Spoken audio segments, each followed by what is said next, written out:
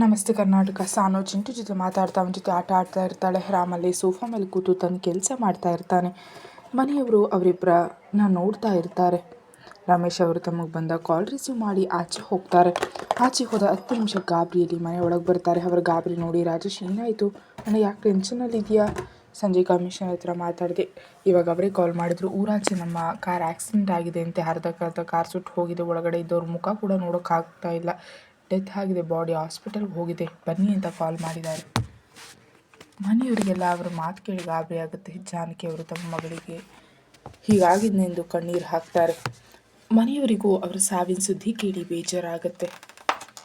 ಅಮ್ಮ, ನೀವು ಅಳಬೇಡಿ, ಸಮಾಧಾನ ಮಾಡ್ಕೊಳ್ಳಿ, ನಾನು ರಾಜೇಶ್ ಹೋಗಿ ನೋಡ್ಕೊಂಡು ಬರ್ತೀವಿ ಅಂತ ಹೇಳಿ ಹಾಸ್ಪಿಟಲ್ಗೆ ಹೋಗ್ತಾರೆ. ಲಕ್ಷ್ಮಿ ಮತ್ತು ಪವಿತ್ರ ಜಾನಕಿ ಅವರಿಗೆ ಸಮಾಧಾನ ಮಾಡ್ತಾರೆ. ಸಾನುಗೆ ಕೂಡ ವಿಷಯ ತಿಳಿದು ಬೇಜಾರಾಗುತ್ತೆ. ಆದರೆ ಇದಕ್ಕೆ ಕಾರಣ ಆದವ್ರು ಮಾತ್ರ ಒಳಗೊಳಗೆ ಖುಷಿ ಪಡ್ತಿರ್ತಾರೆ. ಹಾಸ್ಪಿಟಲ್ಗೆ ಹೋದ ರಮೇಶ್ ಅವರಿಗೆ ಅದು ತನ್ನ ತಂಗಿ ಅನ್ನೋದು ಗುರ್ತು ಸಿಗುತ್ತೆ ಅನ್ನೋ ರೀತಿ ಆಗಿರುತ್ತೆ. ಮನೆಯವ್ರಿಗೆ ಕಾಲ್ ಮಾಡಿ ಅದು ರಾಧಾ ಅನ್ನೋ ವಿಷಯ ಹೇಳಿ ತಾವು ಮನೆಗೆ ಬರೋ ವಿಷಯ ಹೇಳ್ತಾರೆ. ಅಲ್ಲಿಯ ಪ್ರೊಸೀಜರ್ ಎಲ್ಲ ಮುಗಿಸಿ ಮನೆಗೆ ಬರೋಕ್ಕೆ ಬೆಳಗಿನ ಜಾವ ಆಗಿರುತ್ತೆ. ವಿಷಯ ತಿಳಿದ ಅವರ ಗಂಡ ಮಗ ಕೂಡ ಬರ್ತಾರೆ. ಯಾಂತ್ರಿಕವಾಗಿ ಅವರ ಕಾರ್ಯ ಮುಗಿಸ್ತಾರೆ. ಅವರು ಮಾಡಿದ ಕೆಲಸದಿಂದ ಮನೆಯವರಿಗೆ ಅವರು ಸಾಕಷ್ಟು ನೋವು ಕೊಡಲ್ಲ. ಜಾನಕಿ ಅವರು ಮಾತ್ರ ಮಗಳ ಸಾವಿನಿಂದ ನೊಂದಿರ್ತಾರೆ. 15 ದಿನಗಳ ನಂತರ ಕಂದ ರೆಡಿಯಾಗಿದೆಯಾ ಅಂತ ರಾಮ್ ರೂಮ್ ಒಳಗೆ ಬರ್ತಾನೆ. ಹ್ಞೂ ರಾಮ್ ಅಂತ ಕನ್ನಡಿ ಮುಂದೆ ಇದ್ದ ಸಾನು ರಾಮ್ ಕಡೆ ನೋಡ್ತಾಳೆ. ಗಿಳಿ ಹಸಿರು ಬಣ್ಣದ ಸೀರೆ ಉಟ್ಟೋದಕ್ಕೆ ತಕ್ಕ ಒಡವೆ ಧರಿಸಿ ದೇವಲೋಕದ ಅಪ್ಸರೆ ಥರ ರೆಡಿಯಾಗಿರ್ತಾಳೆ. ರಾಮ್ ತನ್ನ ಎದೆ ಮೇಲೆ ಕೈ ಇಟ್ಕೊಂಡು, ಕಂದ ನೀನು ಇಷ್ಟು ಚೆನ್ನಾಗಿ ರೆಡಿ ಆದರೆ ನನ್ನ ಗತಿ ಏನು ಕಂದ ಅಂತ ಅವಳ ಬಳಿ ಬಂದು ದೃಷ್ಟಿ ತೆಗಿತಾನೆ. ಸಾನು ಅವನ ಮಾತು ಕೇಳಿ ನಾಚಿಕೆಯಿಂದ ತಲೆ ತಗ್ಗಿಸ್ತಾಳೆ. ರಾಮ್, ಸುಮ್ಮನೆ ಇರಿ, ನೀವು ಹೇಳಿದ ಏನಿಲ್ಲ ಕಂದ, ನಿನಗೇನು ಗೊತ್ತು ಅಂತ ಅವಳನ್ನು ಕನ್ನಡಿ ಮುಂದೆ ನಿಲ್ಲಿಸಿ ತಾನು ಅವಳ ಹಿಂದೆಯಿಂದ ತಬ್ಕೊಂಡು ನಿಲ್ತಾನೆ. ರಾಮ್, ಏನು ಮಾಡ್ತಿದ್ದಾರೆ ಬಿಡಿ, ನನ್ನ ಮುಹೂರ್ತಕ್ಕೆ ಟೈಮ್ ಆಗುತ್ತೆ ಅಂತ ಕುಸಿರಾಡ್ತಾಳೆ. ಕಂದ, ನಾನೇನು ಮಾಡಿಲ್ಲ, ನೀನು ಇವಾಗಲೇ ಈ ಥರ ಆಡ್ತಿದ್ಯಾ, ಇರು ಅಂತ ಅವಳನ್ನು ತನ್ನ ಕಡೆ ತಿರುಗಿಸ್ತಾನೆ. ಸಾನುವಿನ ನಡುವಿನ ಸುತ್ತ ಕೈ ಬೆಳೆಸಿ ತನಗೆ ಹೊತ್ಕೊಂಡು ನಿಲ್ತಾನೆ. ರಾಮ್, ಪ್ಲೀಸ್, ಟೈಮ್ ಆಯಿತು, ಎಲ್ಲ ನಮ್ಮನ್ನು ಹುಡುಕ್ತಿರ್ತಾರೆ ರಾಮ್. ಅವಳ ಮಾತಿಗೆ ಕಿವಿ ಕೊಡದೆ ಅವಳ ತುಟಿ ಕಡೆ ಬಾಗ್ತಾನೆ. ಜೇನು ಮಧುವನ್ನು ಹೀರೋ ಥರ ಅವಳ ತುಟಿಯ ಜೇನನ್ನು ಹೀರ್ತಾನೆ. ಸಾನು ಮೊದಲು ಕೊಸರಾಡಿದ್ರು, ನಂತರ ರಾಮ್ನ ಮುತ್ತಿಗೆ ತಾನು ಸ್ಪಂದಿಸ್ತಾಳೆ. ರಾಮ್ ತನಗೆ ಬೇಕಾದನ್ನು ಪಡೆದ ನಂತರ ಅವಳಿಂದ ದೂರ ಸರಿತಾನೆ. ಸಾನು ಅವನು ದೂರ ಸರಿದ ನಂತರ 1-2 ನಿಮಿಷ ಸುಧಾರಿಸ್ಕೊಂಡು, ರಾಮ್, ಇವಾಗ ನೋಡಿ, ನನ್ನ ಮೇಕಪ್ ಎಲ್ಲ ಹಾಳು ಮಾಡೋದ್ರಿಂದ ಕನ್ನಡಿ ಮುಂದೆ ನಿಂತು ಟಿಶ್ಯೂಯಿಂದ ಸರಿ ಮಾಡ್ಕೊಳ್ತಾಳೆ.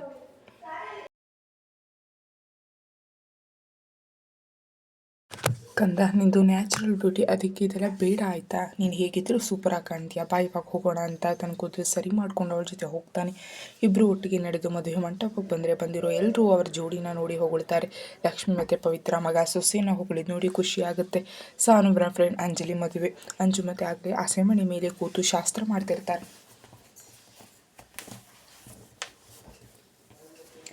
ಸಾನು ಮತ್ತು ರಾಮ್ ಹೋಗಿ ಅವ್ರ ಜೊತೆ ಮಂಟಪದಲ್ಲಿ ನಿಂತಿರ್ತಾರೆ. ಅಂಜಲಿ ಸಾನು ಕಿವಿ ಬಳಿ ಬಾಗಿ, ಮದುವೆ ನಂದಗಣಿಯೆಲ್ಲ ನೀವೇ ಮದುಮಗಳು ಅನ್ನೋ ಥರ ನೋಡ್ತಿದ್ದಾರೆ. ಸಾನು ಅವಳ ಮಾತಿಗೆ ನಗ್ತಾ, ನಾವು ಹಾಗೆ ಅಮ್ಮ, ಎಲ್ಲೇ ಇದ್ದರೂ ಸೆಂಟರ್ ಆಫ್ ಅಟ್ರಾಕ್ಷನ್ ಅಂತ ನಗ್ತಾಳೆ. ಶುಭ ಗಳಿಗೆಯಲ್ಲಿ ಅಂಜಲಿ ಮತ್ತು ಪ್ರಥಮ್ ಸತಿಪತಿಗಳಾಗಿ ಬಡ್ತಿ ಪಡಿತಾರೆ. ಅಂಜಲಿ ಮದುವೆ ಯಾವುದೇ ತೊಂದರೆ ಇಲ್ಲದೆ ನಿರ್ವಿಘ್ನವಾಗಿ ನೆರವೇರುತ್ತೆ. ಸಂಜೆ ತನಕ ಎಲ್ಲರೂ ಮದುವೆ ಮನೆಯಲ್ಲಿ ಇದ್ದು ಅಂಜು ತನ್ನ ಗಂಡನ ಮನೆಗೆ ಹೋದ ನಂತರ ಎಲ್ಲರೂ ತಮ್ಮ ಮನೆಗೆ ಹೋಗ್ತಾರೆ. ಸಾನು ಮನೆಯವರು ಎಲ್ಲರೂ ಚಕ್ರವರ್ತಿ ಮನೆಯಲ್ಲಿ ಸೇರಿರ್ತಾರೆ. ಲಕ್ಷ್ಮಿಯವರು ರಾತ್ರಿ ಊಟ ಆದಮೇಲೆ ಮಾತಾಡ್ತಾ ಕೂತಿದ್ದವರಿಗೆಲ್ಲ ಬೇಗ ಮಲಗಿ ನಾಳೆ ಮತ್ತೆ ದೇವಸ್ಥಾನಕ್ಕೆ ಹೋಗಬೇಕು ಅಂತ ಗದರಿ ಮಲಗೋಕ್ಕೆ ಹೋಗ್ತಾರೆ. ಅವರ ಮಾತನ್ನು ಕೇಳಿ ಎಲ್ಲ ತಮ್ಮ ರೂಮ್ಗೆ ಹೋಗ್ತಾರೆ. ರೂಮಿಗೆ ಬಂದು ಸಾನು ಫ್ರೆಶ್ ಆಗಿ ಬರ್ತಾಳೆ. ರಾಮು ಬೆಡ್ ಮೇಲೆ ಕೂತು ತನ್ನ ಮೊಬೈಲ್ ನೋಡ್ತಾ ಇರ್ತಾನೆ. ಅವ್ನು ನೋಡಿದ್ದ, ರಾಮ್, ನೀವಿನ್ನೂ ಮಲಗಿಲ್ವಾ? ನಿನಗೋಸ್ಕರ ಕಾಯ್ತಿದ್ದೆ, ನನಗೆ ಯಾಕೆ, ಏನು ವಿಷಯ? ಕಂದ, ಅಲ್ಲೇ ನಿಂತು ಯಾಕೆ ಹೇಳ್ತಿದ್ಯಾ, ಬಾಯಿಲಿ ಅಂತ ತನ್ನ ಪಕ್ಕ ಕೂತ್ಕೊಳ್ಳೋಕೆ ಕೇಳ್ತಾನೆ. ಸಾನು ಅವನ ಪಕ್ಕ ಕೂತು, ಸರಿ ಹೇಳಿ ಅದೇನು ವಿಷಯ ಅಂತ ಅವನನ್ನು ನೋಡಿ ಕೇಳ್ತಾಳೆ. ರಾಮ್ ಅವಳ ಕೈ ಹಿಡಿದು ಅವಳು ಬೆರಳು ಜೊತೆ ಆಟ ಆಡ್ತಾ, ಕಂದ, ಅದೇನು ಗೊತ್ತಾ? ನೀವು ಹೇಳಿದರೆ ತಾನೇ ನಾನು ಗೊತ್ತಾಗೋದು ಅಂತ ಸಾನು ತುಂಟುತನದಲ್ಲಿ ಹೇಳ್ತಾಳೆ. ಕಂದ, ನಾನು ಸೀರಿಯಸ್ ಆಗಿ ಮಾತಾಡ್ತಿದ್ದೀನಿ. ಸರಿ ಸೀರಿಯಸ್ ಅಂತ ಅವನ ಮುಖ ನೀನು ನೋಡ್ತಾ ಇರ್ತಾಳೆ. ಕಂದ, ನಾನು ನಿನಗೆ ನಮ್ಮ ಫಸ್ಟ್ ನೈಟಲ್ಲಿ ಹೇಳಿದ್ದೆ ಅಲ್ವಾ ಅದ್ರ ಬಗ್ಗೆ.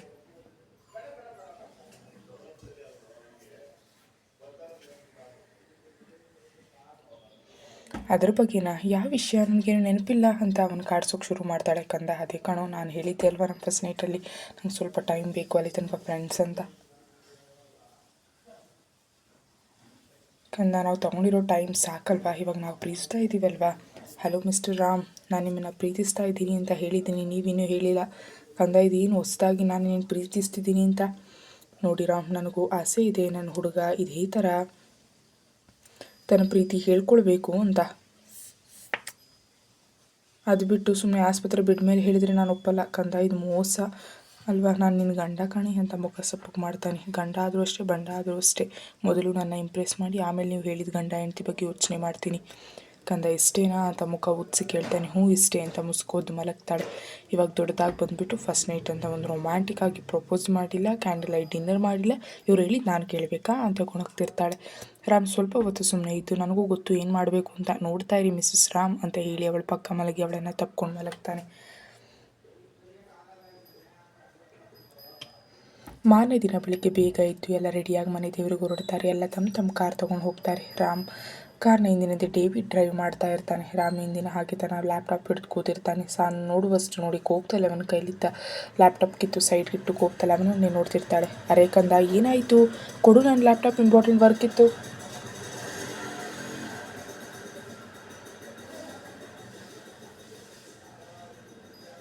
ಅವನ ಮಾತು ಕೇಳಿ ಕೋಪದಲ್ಲಿ ಅವನ ಲ್ಯಾಪ್ಟಾಪ್ ವಾಪಸ್ ಕೊಟ್ಟು ಮುಖ ಉತ್ಸಿ ಕಿಟಕಿ ಕಡೆ ನೋಡ್ತಾ ಇರ್ತಾಳೆ. ರಾಮ ಅವಳು ಕೋಪ ಮಾಡ್ಕೊಂಡು ನೋಡಿ ನಗ್ತಾ ವಾಪಸ್ ತನ್ನ ಕೆಲಸ ಮಾಡ್ತಿರ್ತಾನೆ. 10 ನಿಮಿಷ ನಂತರ ತನ್ನ ಲ್ಯಾಪ್ಟಾಪ್ ಮುಚ್ಚಿಟ್ಟು, ಕಂದ ಏನಾಯಿತು ಇವಾಗ? ನೀನು ಯಾಕೆ ಇಷ್ಟು ಕೋಪ ಮಾಡ್ಕೊಂಡಿದ್ಯಾ?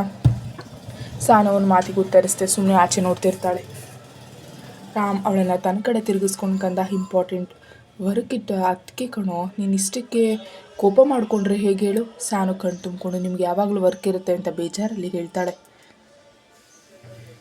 ಕಂದ, ನಾನು ಅಷ್ಟು ಅರ್ಜೆಂಟಲ್ಲಿ ವರ್ಕ್ ಮಾಡ್ತಿದ್ದಿದ್ದು ಯಾಕೆ ಅಂತ ನಿನಗೆ ಆಮೇಲೆ ಗೊತ್ತಾಗುತ್ತಾಯ್ತಾ? ಇವಾಗ ಕೋಪ ಮಾಡ್ಕೊಳ್ಬೇಡ ಬಿಡು, ನೀನು ಹೀಗತ್ರೆ ಹೇಗೆ ಹೇಳು ಅಂತ ಸಮಾಧಾನ ಮಾಡ್ತಾನೆ. ಮುಂದೆ ಇದ್ದ ಡೇವಿಡ್ ರಾಮ್ ಮಾತು ಕೇಳಿ ಆಶ್ಚರ್ಯದಿಂದ ಇವ್ರ ಕಡೆ ನೋಡ್ತಾನೆ. ಅದನ್ನು ನೋಡಿ ಡೇವಿಡ್ ಮುಂದೆ ನೋಡಿ ಡ್ರೈವ್ ಮಾಡು ಅಂತ ಗದರ್ತಾನೆ. ಸಾರಿ ಬಾಸ್ ಅಂತ ಡೇವಿಡ್ ಸುಮ್ಮನೆ ಡ್ರೈವ್ ಮಾಡ್ತಾನೆ.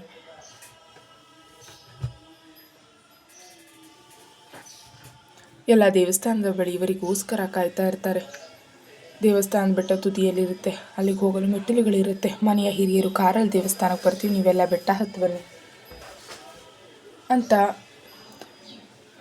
2 ಹಿರಿಯ ಜೋಡಿ ಕಾರಲ್ಲಿ ಮುಂದೆ ಹೋಗ್ತಾರೆ. ಲಕ್ಷ್ಮಿ ರಾಮ್ ಬಳಿ ಮುಂದೆ ರಾಮ್ ಸಾನು ನೆತ್ಕೊಂಡು ಬೆಟ್ಟ ಹತ್ಬೇಕು ನೀನು. ಸಾನು ಅವ್ರ ಮಾತು ಕೇಳಿ, ಅಮ್ಮ ಏನು ಹೇಳ್ತಿದ್ದೀರಾ? ಅಷ್ಟೇ ಮೆಟ್ಟಿಲಿದೆ, ದೇವಸ್ಥಾನ ಕಾಣಿಸ್ತಾ ಇಲ್ಲ. ರಾಮ್ ಕಷ್ಟ ಆಗುತ್ತೆ. ಇಲ್ಲ ಸಾನು, ಇದು ಸಂಪ್ರದಾಯ, ನೀನು ಕಾಲು ನೆಲಕ್ಕೆ ಸೋಕದ ಹಾಕಿ ಕರ್ಕೊಂಡು ಬಂದರೆ ನಿಮಗೆ ಒಳ್ಳೇದು ಅಂತ ಲಕ್ಷ್ಮಿ ಅವರು ಹೇಳ್ತಾರೆ. ಆದರೂ ಅಮ್ಮ ಇದೆಲ್ಲ ಬೇಡ ಅಂತ ಸಾನು ರಾಗ ಹಿಡಿತಾಳೆ. ಇಲ್ಲ ಸಾನು, ಇದು ಇಲ್ಲಿನ ಪದ್ಧತಿ, ಹೊಸದಾಗಿ ಮದುವೆ ಆದ ಜೋಡಿ ಹೀಗೆ ಮಾಡಬೇಕು ಅಂತ. ನೀನು ಸುಮ್ಮನೆ ಇರು. ರಾಮ್ ಸಾನು ನಿಂತ್ಕೊಂಡು ಬಾ ಅಂತ ಹೇಳಿ ಮುಂದೆ ಹೋಗ್ತಾರೆ. ರಾಮ್ ಸಾನು ಬಳಿ ಬಂದು, ಕಂದ ಡೋಂಟ್ ವರಿ, ನೀನೇನಷ್ಟು ಭಾರ ಇಲ್ಲ ಬಿಡು ಅಂತ ಹೇಳ್ತಾನೆ. ಸಾನು ಇನ್ನು ಯೋಚನೆ ಮಾಡ್ತಾ ಇರೋದು ನೋಡಿ ಸಾನು ಭಾವನೆಯಷ್ಟು ಹೇಳಿದ ಮೇಲೆ ಮತ್ತೆ ಏನು ಯೋಚನೆ ಅಂತ ಅಭಿ ಹೇಳ್ತಾನೆ. ಸಾನು ಎಲ್ಲ ಹೇಳಿ ಕೇಳಿ ಸರಿ ಅಂತ ತಲೆ ಆಡಿಸ್ತಾಳೆ. ರಾಮ್ ಸಾನುನ ಎತ್ಕೊಂಡು ಒಂದೊಂದೇ ಮೆಟ್ಟಿಲು ಹತ್ತೋಕೆ ಶುರು ಮಾಡ್ತಾನೆ. ಮನೆಯವರೆಲ್ಲ 100 ಮೆಟ್ಟಿಲು ಹತ್ತಿದ ತಕ್ಷಣ ಸುಸ್ತಾಗಿ ಕೂತಿರ್ತಾರೆ. ರಾಮ್ ಸಾನುನ ಎತ್ಕೊಂಡು ನಿಧಾನವಾಗಿ ಬರ್ತಾ ಇರ್ತಾನೆ. ಸ್ವಾತಿ ರಾಮ್ ಕಡೆ ನೋಡಿ, ರಾಮ್ ಸುಸ್ತಾಗ್ತಿದ್ಯಾ? ನಮಗೆ ನಡ್ಕೊಂಡು ಬಂದು ಸುಸ್ತಾಯಿತು, ಇನ್ನು ಸಾನು ಬೇರೆ ಎತ್ಕೊಂಡು ಬಂದಿದ್ದೀಯಾ? ಸುಸ್ತೇನಾಗಿಲ್ಲ ಅಂತ ಮುಂದೆ ಹೋಗ್ತಾಳೆ.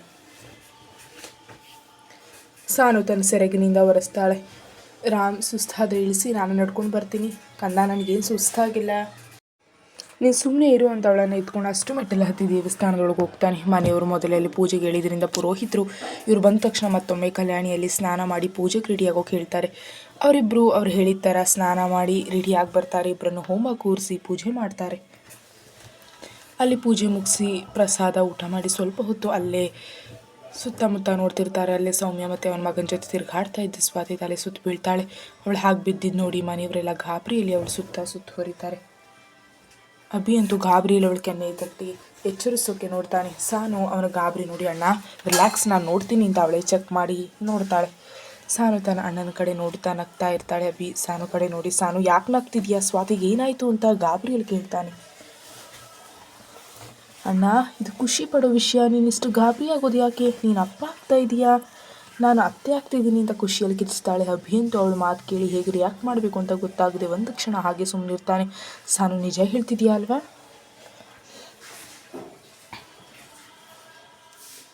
ಹ್ಞೂ ಅಣ್ಣ, ಈ ವಿಷಯದಲ್ಲಿ ತಮಾಷೆ ಮಾಡ್ತಾರಾ? ಥ್ಯಾಂಕ್ಸ್ ಸಾನು ಅಂತ ಖುಷಿಯಲ್ಲಿ ಹೇಳ್ತಾರೆ. ನನಗಲ್ಲ ಥ್ಯಾಂಕ್ಸ್, ನೀನು ಅದಕ್ಕೆ ಹೇಳಬೇಕು. ಹ್ಞೂ, ಅವಳಿಗೆ ಹೇಳ್ತೀನಿ, ಆದರೆ ಈ ವಿಷಯ ಹೇಳಿ ನೀನಲ್ವಾ, ಅದಕ್ಕೆ ಅಂತ ನಗ್ತಾನೆ. ಸರಿ, ಅವರು ಎಚ್ಚರ ಆದಮೇಲೆ ತಿನ್ನೋಕೆ ಏನಾದರೂ ಕೊಡು ಅಂತ ಹೇಳ್ತಾಳೆ. ಸ್ವಾತಿಗೆ ಎಚ್ಚರ ಆದಮೇಲೆ ಎಲ್ಲರ ಶುಭಾಶಯಗಳು, ಆರೈಕೆ ಸಿಗುತ್ತೆ ವಿಷಯ ತಿಳಿದು.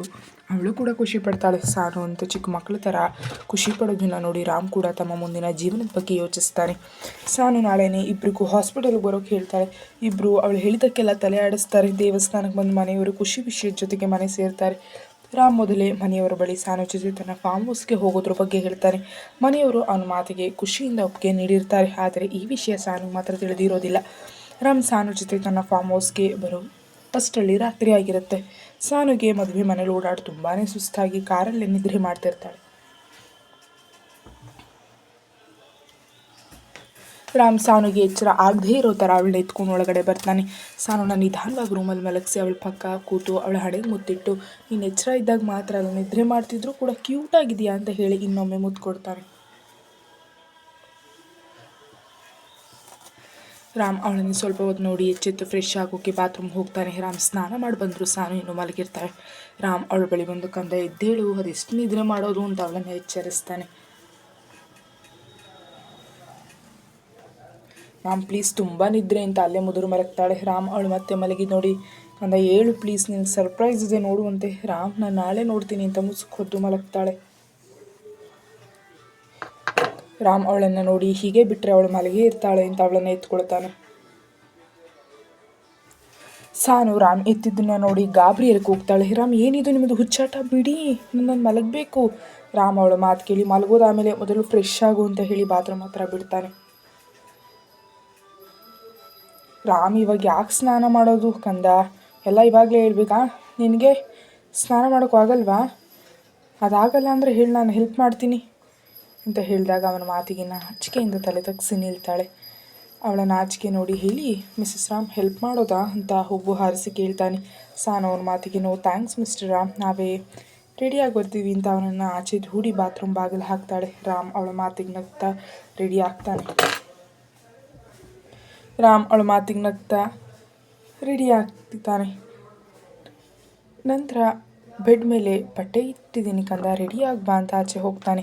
ಸಾನು ಅರ್ಧ ಗಂಟೆ ಸ್ನಾನ ಮಾಡಿ ಆಚೆ ಬರ್ತಾಳೆ. ಬೆಡ್ ಮೇಲೆ ಬ್ಲ್ಯಾಕ್ ಕಲರ್ ಸೀರೆ ಇರುತ್ತೆ. ಅದನ್ನು ನೋಡಿ ಸಾನುಗೆ ಖುಷಿ ಆಗುತ್ತೆ. ಅಲ್ಲ, ಇವಾಗ ಸೀರೆ ಯಾಕೆ, ಇವಾಗ ಯಾಕೆ ರೆಡಿ ಆಗೋದು? ಯಾವುದಾದ್ರೂ ಪಾರ್ಟಿ ಏನಾದರೂ ಇದೆಯಾ ಹೇಗೆ ಅಂತ ಯೋಚನೆ ಮಾಡ್ತಾ ರೆಡಿ ಆಗ್ತಾಳೆ. ಸಾನು ತಾನು ರೆಡಿಯಾಗಿ ಕನ್ನಡಿಯಲ್ಲಿ ತನ್ನ ನೋಡ್ಕೊಳ್ತಾಳೆ. ಎಲ್ಲ ಸರಿ ಇದೆ ಅನ್ನಿಸಿದ ನಂತರ ರೂಮಿಂದ ಆಚೆ ಬರ್ತಾಳೆ. ಅವಳು ಆಚೆ ಬರ್ತಿದ್ದ ಹಾಗೆ ಮನೆಯ ಲೈಟ್ ಆಫ್ ಆಗುತ್ತೆ. ಒಮ್ಮೆಲೆ ಕತ್ತಲೆ ಆಗಿದ್ದು ನೋಡಿ ಸಾನು ಹೆದರಿ ಕಣ್ಣು ಮುಚ್ಚಿ ರಾಮ್ ಅಂತ ಕಿರಿಸ್ತಾಳೆ. ಸಾನು ಸ್ವಲ್ಪ ಹೊತ್ತಿನ ನಂತರ ತನ್ನ ಕಣ್ಣನ್ನು ನಿಧಾನವಾಗಿ ಓಪನ್ ಮಾಡ್ತಾಳೆ. ಸಾನು ಒಂದು ಹೆಜ್ಜೆ ಮುಂದೆ ಇಟ್ಟಾಗ ಅವಳ ಹೆಜ್ಜೆ ಸರಿಯಾಗಿ ಲೈಟನ್ನು ಆಗುತ್ತೆ. ಅವಳನ್ನೆಲ್ಲ ಅಂತ ಹೆಜ್ಜೆ ಇಟ್ಟರಲ್ಲಿ ಗುಲಾಬಿ ಹೂವಿನ ಹಾಸಿಗೆ ಇರುತ್ತೆ. ಸಾನು ಒಂದೊಂದೇ ಮೆಟ್ಟಲು ಇಳಿದು ಬರ್ತಿದ್ರೆ ಅವಳ ಹೆಜ್ಜೆಗೆ ಅನುಸಾರವಾಗಿ ಲೈಟ್ ಆನ್ ಆಗುತ್ತೆ. ಕೆಳಗಡೆ ಬಂದು ನೋಡಿದ್ರೆ ಒಂದು ರೌಂಡ್ ಟೇಬಲಲ್ಲಿ ಕ್ಯಾಂಡಲ್ ಲೈಟ್ ಡಿನ್ನರ್ಗೆ ಅರೇಂಜ್ ಆಗಿರುತ್ತೆ. ಅದು ನೋಡಿ ಸಾನುಗೆ ಖುಷಿ ಆಗುತ್ತೆ. ಜೊತೆಗೆ ಈ ಕೆಲಸ ತನ್ನ ರಾಮ್ ಮಾಡಿದ್ದು ಅಂತ ಗೊತ್ತಾಗುತ್ತೆ. ಸಾನು ಖುಷಿಯಿಂದ ರಾಮ್ ಎಲ್ಲಿದ್ದೀರಾ ಅಂತ ಸುತ್ತ ನೋಡ್ತಿರ್ತಾಳೆ. ರಾಮ್ ಅವಳ ಕರೆಗೆ ಹೋಗ್ಬಿಟ್ಟು ಅವಳ ಎದುರು ಬರ್ತಾನೆ. ಕೈಯಲ್ಲಿ ಅವಳು ಇಷ್ಟದ ವೈಟ್ ಹಿಡಿದು ರಾಮ್ ಅವಳ ಎದುರು ನಿಂತು, ಈ ಬ್ಯೂಟಿಫುಲ್ ಫ್ಲವರ್ ನನ್ನ ಬ್ಯೂಟಿಫುಲ್ ಕಂದನಿಗೆ ಅಂತ ಅವಳಿಗೆ ಬೊಕ್ಕೆ ಕೊಡ್ತಾನೆ. ಸಾನು ಆ ಬೊಕ್ಕೆ ನೋಡಿ ಖುಷಿಯಿಂದ ಅದಕ್ಕೆ ಮುತ್ತು ಕೊಡ್ತಾಳೆ. ರಾಮ್ ಅವಳನ್ನು ತನ್ನ ಹತ್ತಿರ ಸೆಳೆದು, ಕಂದ, ನನಗೆ ದೊಡ್ಡ ದೊಡ್ಡ ಕವಿತೆ ಹೇಳಿ ಪ್ರಪೋಸ್ ಮಾಡೋಕ್ಕೆ ಬರಲ್ಲ. ನಾನಿರೋದು ಹೀಗೆ, ನೀನು ನನ್ನ ಹೀಗೆ ಇಷ್ಟಪಡಬೇಕು. ಆದರೆ ಒಂದಂತೂ ನಿಜ, ಜೀವನದಲ್ಲಿ ಕೊನೆ ತನಕ ನಿನ್ನ ಜೊತೆ ಇರ್ತೀನಿ, ನೀನು ಕೊನೆ ತನಕ ಕಾಲಾಗಿ ನೋಡ್ಕೊಳ್ತೀನಿ. ಐ ಲವ್ ಯು ಕಂದ ಅಂತ ಅವಳ ಹಣೆಗೆ ಬೆಚ್ಚನೆ ಮುತ್ತು ಕೊಡ್ತಾನೆ. ಸಾನು ಹೊರ್ಕೊಳಿಸುತ್ತಾ ಕೈಗಳನ್ನ ಹಾರ ಹಾಕಿ, ರಾಮ್, ನಾನು ನೀವು ಹೀಗಿದ್ದೀರಾ, ಹಾಗೆ ಇಷ್ಟಪಟ್ಟಿದ್ದೀನಿ, ನೀವು ಹೀಗೆ ಇದ್ದರೆ ಚಂದ. ಅದು ಬಿಟ್ಟು ಲವರ್ ಬಾಯ್ ಆದರೆ ನಿಮಗೆ ಸೂಟ್ ಆಗಲ್ಲ. ನೀವು ನನ್ನ ಖುಷಿಗೆ ಇಷ್ಟು ಮಾಡಿದ್ದೀರಾ ಅಲ್ವಾ, ಅಷ್ಟು ಸಾಕು. ಆದರೂ ಕಂದ, ನಿನಗೂ ಆಸೆ ಇರುತ್ತಲ್ವ, ಆದರೆ ಯು ಡೋಂಟ್ ವರಿ, ನಿನ್ನ ಆಸೆ ಎಲ್ಲ ನೀನು ಮುದ್ದು ಮಾಡೋದ್ರಲ್ಲಿ ಬ್ಯಾಲೆನ್ಸ್ ಕ್ಲಿಯರ್ ಮಾಡ್ತೀನಿ ಅಂತ ಕಣ್ಣು ಹೊಡಿತಾನೆ.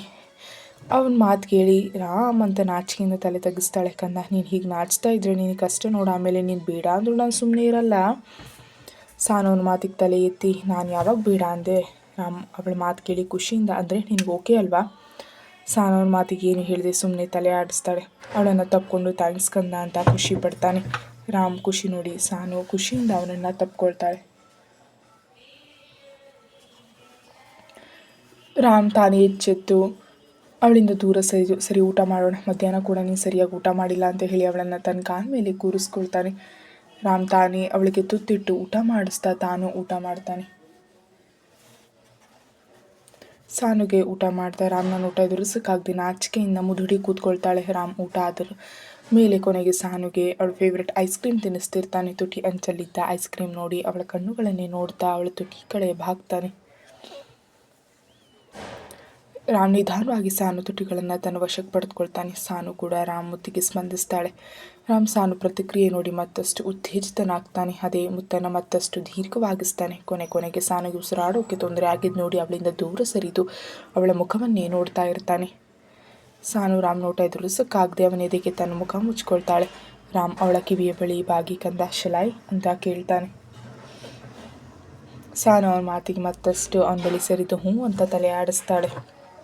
ರಾಮ್ ಅವಳ ಒಪ್ಪಿಗೆ ಸಿಕ್ಕ ತಕ್ಷಣ ಅವಳನ್ನು ಎತ್ಕೊಂಡು ರೂಮ್ಗೆ ಹೋಗ್ತಾನೆ. ರಾಮ್ ನಿಧಾನವಾಗಿ ಅವಳನ್ನು ಬೆಡ್ ಮೇಲೆ ಮಲಗಿಸಿ ಅವಳಿಂದ ದೂರ ಸರಿದು ಮಾದಕವಾಗಿ ಅವಳ ಕಡೆ ನೋಡ್ತಿರ್ತಾನೆ.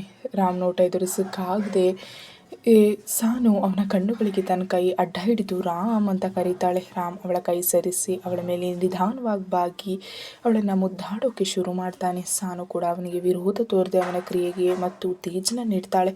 ರಾಮ್ ಸಾನುಗೆ ಎಲ್ಲೂ ಕೂಡ ನೋವು ಮಾಡದೆ ನಿಧಾನವಾಗಿ ಹಂತವಾಗಿ ಅವಳನ್ನು ಆವರಿಸೋಕೆ ಶುರು ಮಾಡ್ತಾನೆ. ಅವರ ಮುದ್ದಾಟ ಹೆಚ್ಚಾದಂತೆ ಅವರ ಅರಿವೆ ದೂರ ಆಗ್ತಾ ಹೋಗುತ್ತೆ. ರಾಮ್ ಶೃಂಗಾರದ ಯಾವ ಹಂತದಲ್ಲಿಯೂ ಆತುರ ತೋರದೆ ನಾಜೂಕಾಗಿ ಸಂಭಾಳಿಸ್ತಾನೆ.